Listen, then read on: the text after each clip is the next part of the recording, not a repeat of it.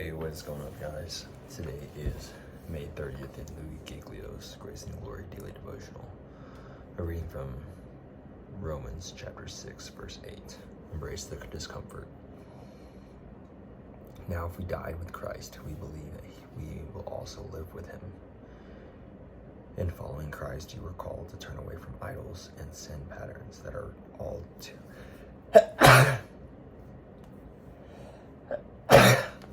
too celebrated in this world. Living counterculturally is not easy. It's often at this crossroads of discomfort where you let go of your desires and embrace God's desires for you. Our desires become merged with Christ when we remember that death and life are both part of Christ's work. This is what Paul meant in Romans chapter 6, verse 8. We are intended to both die with Christ and to live with him. Can you name anything in the life of faith that's completely comfortable? Resisting sin? Nope, not comfortable. Being transformed into the image of Christ? No, not comfortable either. Joining with Christ on his mission? No.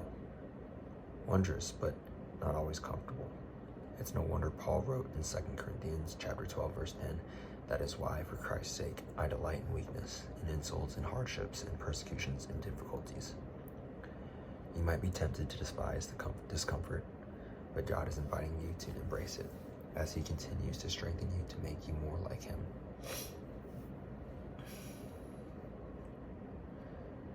Every day we get to live life and become a little bit closer to God.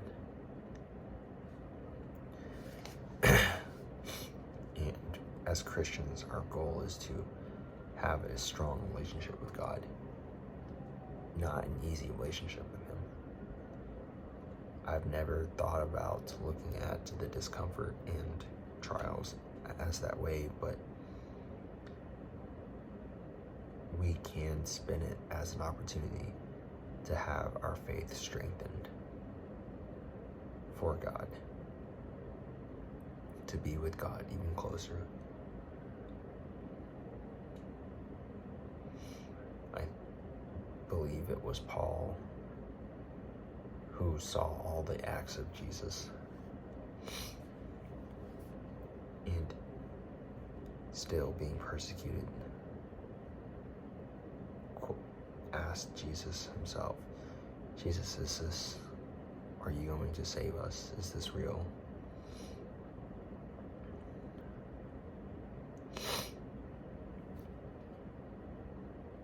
Jesus is real.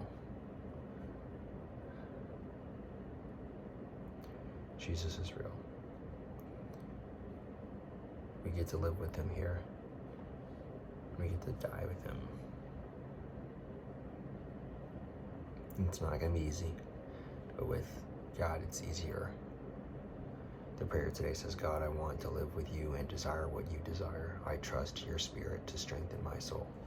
It's in your name that I pray. Amen.